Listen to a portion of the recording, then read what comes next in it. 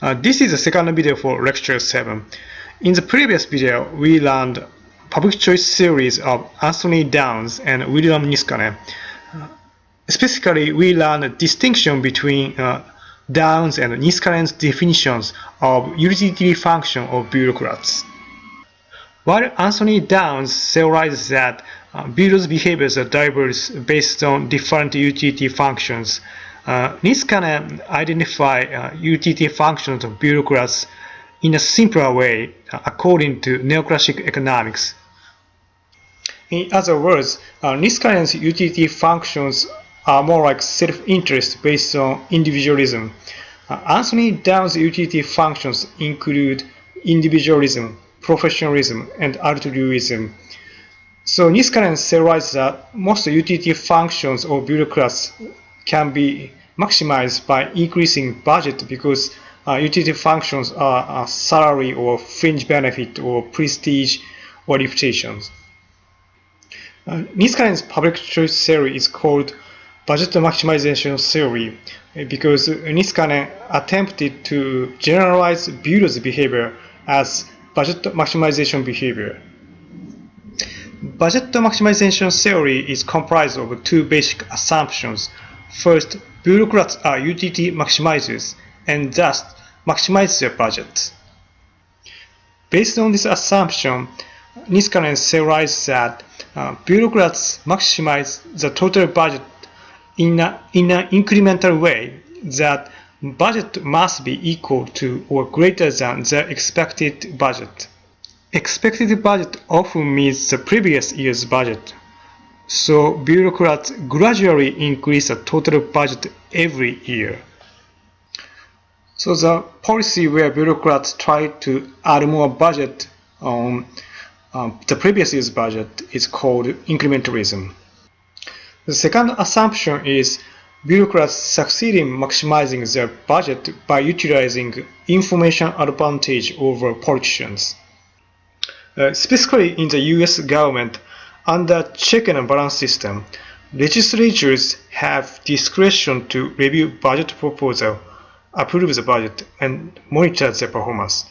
However, politicians' main concern, utility, is re-election. So they cannot have much time to monitor all the activities of bureaus.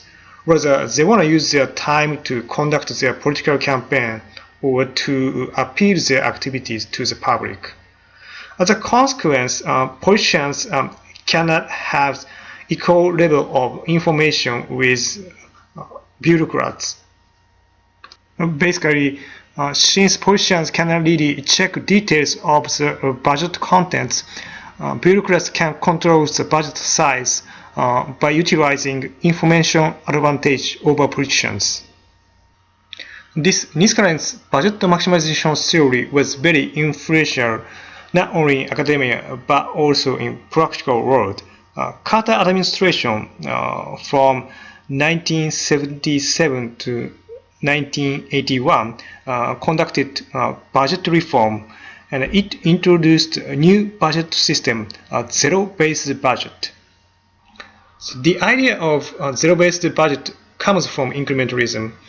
Basic notion is that the budget cycle where bureaucrats add more budget based on the previous year's budget is inefficient.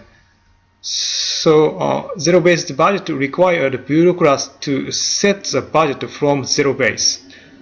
However, zero-based budget was abolished after Carter administration since it takes too much time and cost. You might learn a concept of transaction cost in the next lecture, so that would be a possible explanation for the abolishment of zero-based budget. While Niskanen's budget maximization theory has been very influential, it also receives many critiques from scholars. Based on Blaise and Dion's article, this slide shows the three main critiques against the first assumption of budget maximization theory. Bureaucrats are motivated to maximize budget. The first critique is larger budget might not lead to bureaucrats' utility functions such as higher salary, power, or prestige. In most cases, increase of the bureau's budget does not affect bureaucrats' salary, so maximizing budget does not give bureaucrats a monetary incentive. The second critique is bureaucratic interest. Bureaucrats' utility functions are more heterogeneous than Niskanen assume. So budget maximization would be a goal out of many.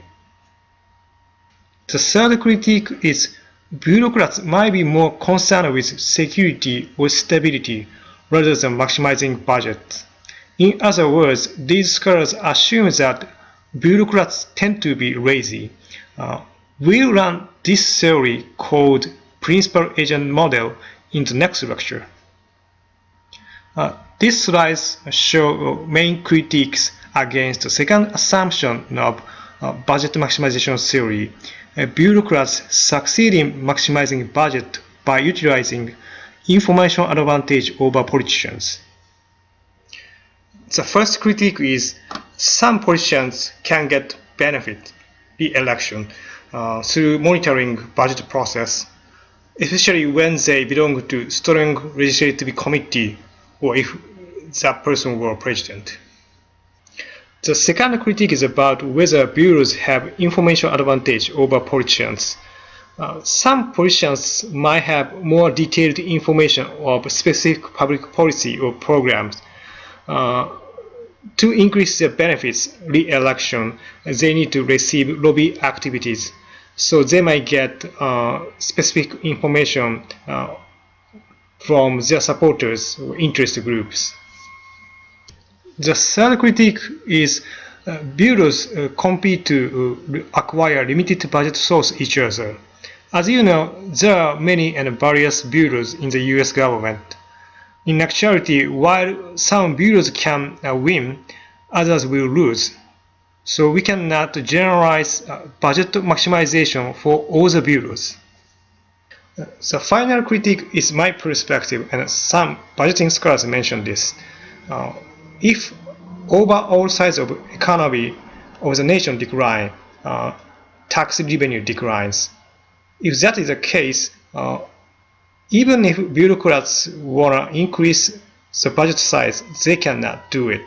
So what happens during such financial retrenchment of a state? In the US context, government debt is accumulating due to increasing social security expenditures. Baby boomers continue to retire while labor force of young generation is much smaller than that of baby boomers. So while the government needs more tax revenues, the current labor force cannot provide enough sources. Under such a situation, is budget maximization theory useful to suggest efficient or effective budgeting?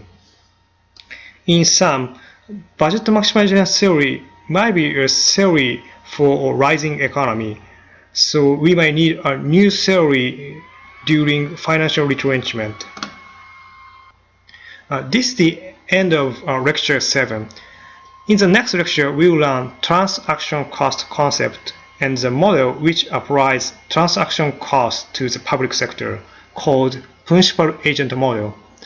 As I mentioned in the previous slide, principal agent model assumes that bureaucrats are shirking or lazy. So it will be interesting for you. See you in the next lecture.